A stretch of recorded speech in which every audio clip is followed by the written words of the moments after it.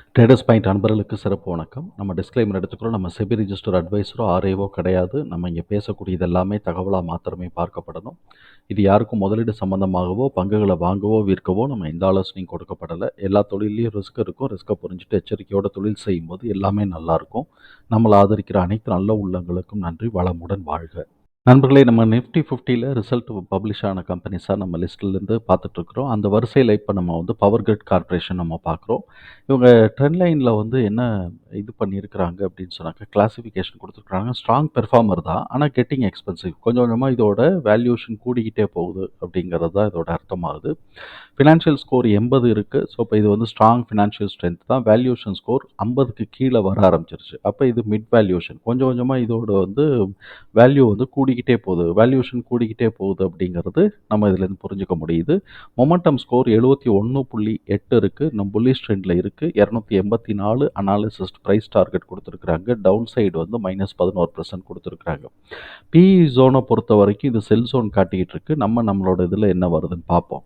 இவங்களோட இதில் interest cover ratio, நம்ம ஃபினான்ஷியல் கீ மெட்ரிக்ஸ் பார்த்தோம்னா இன்ட்ரெஸ்ட் கவர் ரேஷியோ 4.7 இருக்குது. கரண்ட் ரேஷியோ 1.1 இருக்குது. ஸோ சால்வன்சி ரேஷியோ ரொம்ப ஹையாக இருக்கிறதுனால இது ரொம்ப நம்ப தகுந்த கம்பெனியாக மாறுது. ஆர்ஓசிக்கு 12.9 எடுத்திருக்கிறாங்க. ஆர்ஓஇ 17.9 எடுத்திருக்கிறாங்க. ஸோ இப்போ ரிட்டர்ன் அப்ராக்சிமேட்டாக 13க்கு மேலே 18 வரைக்கும் எடுக்கிறாங்க. அப்போ இது ரிட்டர்ன் ஓரளவுக்கு நல்ல ரிட்டர்ன் வருது, பெர்ஃபார்மன்ஸஸ் நல்லா இருக்குது அப்படிங்கிறதையும் நம்ம புரிஞ்சுக்க முடியுது. டெப்ட் டு ஈக்விட்டி 1.4 இருக்குது. இது கவர்மெண்ட் கம்பெனி. இவங்க கிரிட் போடுறதுனால கவர்மெண்ட் இல்லாட்டி எங்கேயோ கடன் வாங்குவாங்க. ப்ராஜெக்ட் கம்ப்ளீஷனாக அவங்க அதை கொடுத்து மாற்றுறதுக்கு வாய்ப்பு இருக்கும்.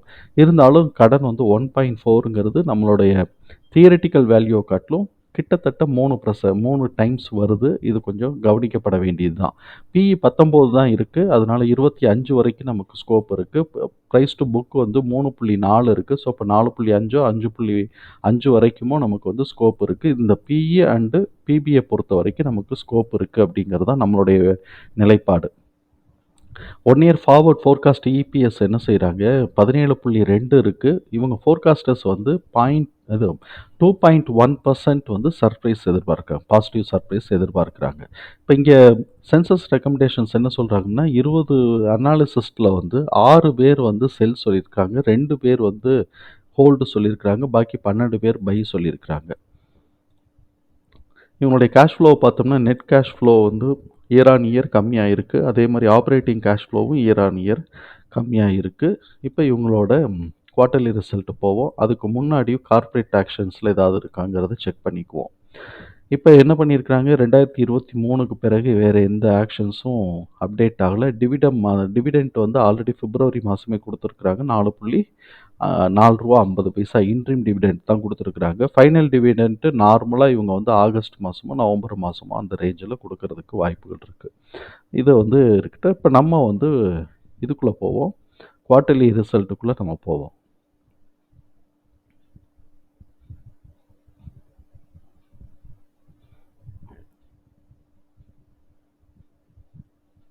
குவார்ட்டர்லி ரிசல்ட்டை பொறுத்த வரைக்கும் குவார்ட்டர்லி நெட் ப்ராஃபிட்டும் சரி, குவார்ட்டர்லி ரெவென்யூவும் சரி, இயர் ஆன் இயர் கம்மியாக இருக்குது. குவார்ட்டர் ஆன் குவார்ட்டர் அப்படி கம்மியாக இருக்கான்னா, ரெவென்யூ குவார்ட்டர் ஆன் குவார்ட்டர் கூடி தான் இருக்குது. நெட் ப்ராஃபிட்டும் குவார்ட்டர் ஆன் குவார்ட்டர் ஒரு 100-150 கோடி ரூபா கூடி தான் இருக்குது. இபிஎஸும் குவார்ட்டர் ஆன் குவார்ட்டர் கூடி தான் இருக்குது. ஆனால் இயர் ஆன் இயர்னு கம்பேர் பண்ணும்போது இபிஎஸ் கொஞ்சம் மைனஸில் தான் போயிருக்கு. இதோடைய புக் வேல்யூ 93.7 இருக்குது. இப்போ இவங்களோட இது பார்த்தோம்னாக்கா ஷேர் ஹோல்டிங் பேட்டர்ன் பார்த்தோம்னா, இதில் ப்ரொமோட்டர்ஸில் ஒன்றும் இல்லை. அதே சமயத்தில் இவங்க எஃப்ஐஐஎஸ் கிட்டத்தட்ட ஒரு 0.7% குறைச்சி வச்சுருக்கிறாங்க. டிஏஏஎஸ் அவன் அந்த இதில் 0.4% ஏற்றி வச்சுருக்கிறாங்க. கிட்டத்தட்ட பேலன்ஸ் பண்ணிட்டாங்க. ஸோ இப்போ நம்ம இந்த இன்ஃபர்மேஷன்ஸ் எல்லாத்தையும் இதில் ஏதாவது பேட்டர்ன் கிடைக்குதான்னு நம்ம பார்ப்போம். குவார்ட்டர்லி ரிசல்ட்டில் ஏதாவது பேட்டர்ன் கிடைக்குதான்னு பார்ப்போம். இவன் மார்ச் மாதத்தை காட்டிலும் ஜூன் மாதம் கம்மியாக போயிருக்கிறான் போன வருஷம். அதுக்கு முந்தின வருஷம் அதே மாதிரி தான் ஜூன் மாதம் கம்மியாக இருக்கிறான். அப்போ ஃபஸ்ட்டு குவார்ட்டரில் கொஞ்சம் கம்மியாகிறான். செகண்ட் குவார்ட்டர்லேயும் கொஞ்சம் கம்மியாக இருக்கிறான். ஆமாம், செகண்ட் குவார்ட்டர்லேயும் கம்மியாக இருக்கிறான். தேர்ட் குவார்ட்டரில் டிசம்பர் குவார்ட்டரில் தான் கொஞ்சம் ஏறுறான், இல்லாட்டி மேனேஜ் பண்ணுறான். அந்த ரேஞ்சில் தான் இருக்குது. இப்போவும் அதே மாதிரி தான் வந்திருக்கு. அப்போ சப்சிக்வெண்ட்டாக அவன் வந்து ஃபஸ்ட்டு குவார்ட்டரில் கம்மி பண்ண போகிறாங்களா அப்படிங்கிறத இது ஒன்று கண்டினியூ ஆக போதா இல்லாட்டி ப்ரீச் ஆக போதாங்கிறத நம்ம குவார்ட்டர்லி ரிசல்ட்டில் தான் நம்ம பார்க்கணும். இப்போ இந்த இன்ஃபர்மேஷன்ஸ் எல்லாத்தையும் தூக்கி நம்ம உள்ளதுக்கி போட்டோம். உள்ளதுக்கி போட்டோன்னா நம்ம வந்து மினிமம் ஸ்கோர் வந்து மினிமம் வேல்யூ வந்து 190 நம்ம எடுத்துருக்குறோம். 190க்கு நம்ம முதல்ல கால்குலேட் பண்ணுவோம். அதுக்கப்புறமா ரியலாக ஒரு மினிமம்னு எடுக்கணும் அப்படின்னு சொன்னாக்கா 125 எடுக்கணும். அது வந்து இந்த 120யோட ப்ரைஸை ப்ரீச் உடச்சிச்சுன்னா கீழே உடச்சிச்சுன்னா நம்ம அது மாதிரி பார்த்துக்கலாம். ஃபேர் ப்ரைஸே 194 இருக்கிறதுனால நம்ம 120ல் நம்ம சாட்டிஸ்ஃபை ஆகிருக்கிறோம். சரி, இப்போ வந்து எஸ்டிமேஷன் என்ன பண்ணியிருக்கிறாங்க, 17.2 சொல்லியிருக்கிறாங்க. நமக்கு வந்து குமுலேட்டிவாக வந்து பார்த்தோம்னா 18.1 இருக்குது. போன குவார்ட்டரில் 4.5 இருக்குது. அப்போ அடுத்த குவார்ட்டரும் எஸ்டிமேஷன் டிடிஎம் எஸ்டிமேஷன் 4.5 வருது. இந்த வகையில் பார்த்தோம்னா ஆனுவலைஸ்டு டிடிஎம்மோட இபிஎஸோட ஆனுவலைஸ்டு டிடிஎம்க்கான ஸ்கோர் வந்து பார்த்தோம்னா ப்ரைஸ் வந்து பார்த்தோம்னா நமக்கு வந்து 384 வருது. இந்த குவார்ட்டருக்கு 387, நெக்ஸ்ட் குவார்ட்டர் வந்து 387. இந்த குவார்ட்டருக்கு தான் 287. நெக்ஸ்ட் குவார்ட்டருக்கும் இதே ரேஞ்ச் மெயின்டைன் ஆச்சுன்னா 287. அப்போ இப்போ இருக்கக்கூடிய ஷேர் வந்து 287க்கு வரைக்கும் இறங்கிட்டு திருப்பி 384க்கு போகிறதுக்கு வாய்ப்பு இருக்குது மேக்ஸிமம். ஆனால் அடுத்தடுத்த குவார்ட்டரோடைய ரிசல்ட்டு எந்த அளவுக்கு வருதோ அதை பேஸ் பண்ணி தான் போகும். இல்லை நான் மேலே ஏற்றுறேன் 384 போயிட்டு அப்புறமா 280க்கு எடுத்துக்கிறேன்னு சொன்னாலும் மார்க்கெட்டுடைய ட்ரெண்டில் அப்படி எப்படி வேணாலும் நடக்கலாம். பட் நம்ம இதெல்லாம் மார்க் பண்ணி வச்சுக்கிட்டு எங்கிட்டு போகுதோ அதுக்கு ஏற்ற மாதிரி நம்ம ட்ரேட் பண்ணிக்கிறது தான் நல்லது.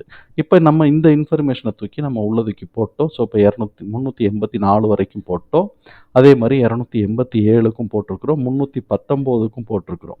சரி, இந்த 319ங்கிறது எப்படி வந்துச்சு அப்படின்னு நம்ம கண்டுபிடிக்கணும்னா இந்த 125ன்னு போட்டோம்னு வச்சுக்கோங்களேன், இந்த 319 ஓடியாந்துரும். வந்துருச்சா 319. இந்த 319 இதோட இந்த சைக்கிள் முடிஞ்சு போயிடும். இப்போ 390ன்னு போட்டால் தான் 384க்கு வரும் நமக்கு. அதுதான் அதுக்காகத்தான் நான் அதை பெண்டிங் வச்சேன் நான். ஸோ இப்போ அந்த வகையில் 287 அதை உடைச்சா 222, அதை உடைச்சா நம்மளுடைய மினிமம் ஸ்கோரு. இதையும் உடைச்சிச்சுன்னா 125 நம்ம எடுத்து வச்சுருக்கக்கூடிய இன்னொரு மினிமம் ஸ்கோராக தான் நம்ம வந்து பார்க்கணும். ஸோ இப்போ இப்போதைக்கு வந்து நமக்கு வந்து என்ன எக்ஸாக்டாக வந்திருக்குன்னா நமக்கு 287 வந்திருக்கு.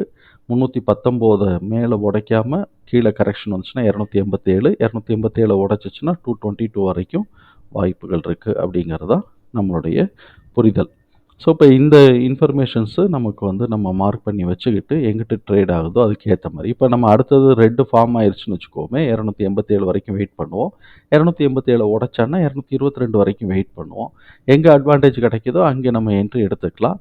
அப்புறம் 319, 384 அது வரைக்கும் மேலே ஏறுறதுக்கான வாய்ப்புகள் இருக்குது. அப்படிங்கிறத நம்ம புரிதலோடு இதை செய்யும்போது எல்லாமே நல்லாயிருக்கும். தகவல் நமக்கு பயனுள்ளதாக இருந்ததுன்னா சங்கருக்கு ரொம்ப சந்தோஷம் தான். நம்மளை ஆதரிக்கிற அனைத்து நல்ல உள்ளங்களுக்கு நன்றி. வளமுடன்.